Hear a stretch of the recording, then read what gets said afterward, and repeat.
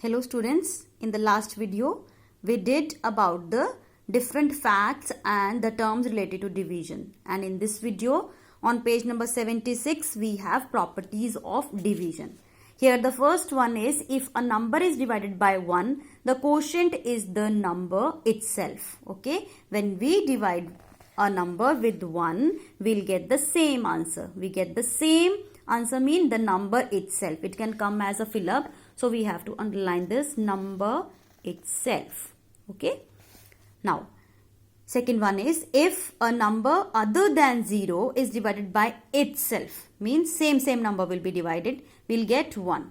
Other than 0 means if we can't take 0 in this case. Okay. So here they have taken different numbers, 3-digit number, 4-digit number, 5-digit number, and they have got 1 in all the cases. So we concluded that whenever a number is divided by itself, we'll get 1 as the answer. Now third one is, if 0 is divided, 0 should be the first one. If 0 is divided by a number other than 0, means 0 divided by 0 is not possible. Okay. So 0 divided by a number will get 0. If 0 is divided by a number other than 0, the quotient will be 0. This will help you in writing the fill in the blanks in exercise 4.1. You have to remember, and it can come as a fill up also. Now point 4 is, in a division sum, the remainder is always smaller than the divisor. See children, I have already told about the long division method. Okay, so here the problem is 23 divided by 7, and after solving it we got quotient, divisor, dividend, and this leftover number is called remainder. This we have already discussed in the last video. We see that remainder 2 is smaller than the divisor. Here the point is that whenever you will solve the division, the remainder whenever you will get, it should be lesser than the divisor. Okay, so we see that remainder is smaller than the divisor. Fifth point, every division fact has 2 multiplication facts to verify it.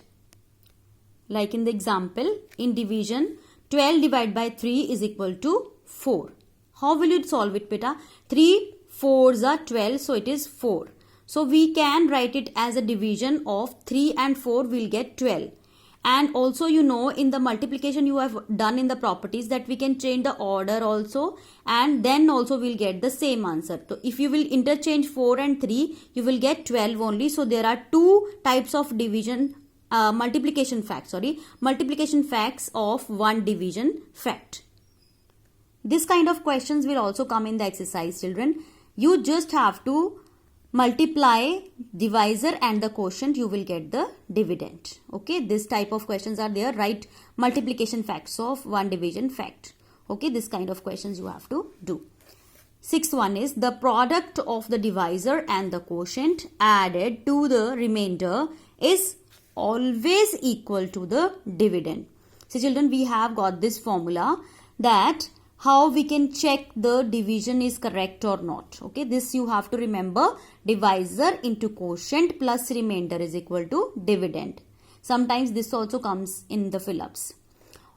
Always find the product first. See children, they have given you a note here that this is given in the bracket. This is called the bracket.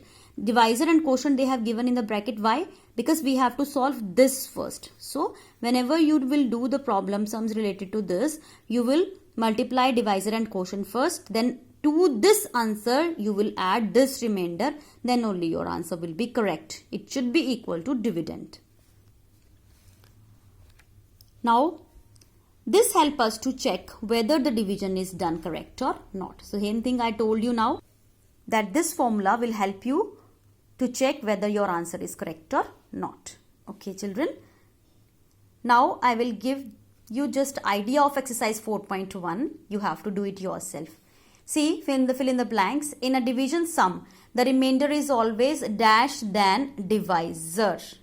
Okay, thus now I told you in your fourth property, I told you that remainder is always less than. So I'll write here, less than the divisor.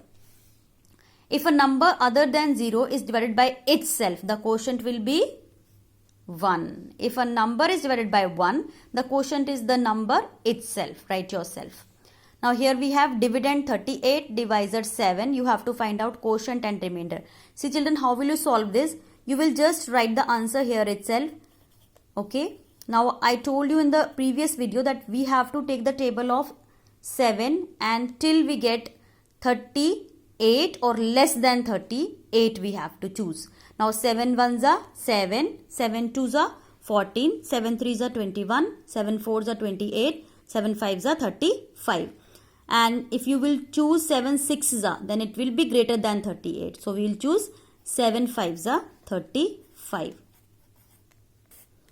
Now we have to subtract these two numbers. 8 minus 5, 3. 3 minus 3, 0. Okay, this is called the remainder. This is called the quotient. Okay, now we have to put these values here. Quotient is 5. Remainder is 3. Now you have to solve this yourself. Will you? Yes or no?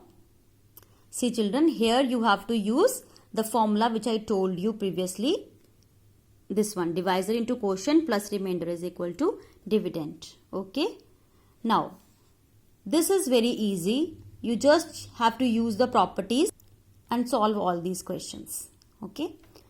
Now, write the multiplication facts for each division fact. See children, how will you write this? You have to write this one and quotient, means divisor and quotient you have to multiply. 3 multiply by 4, what we will get? 12.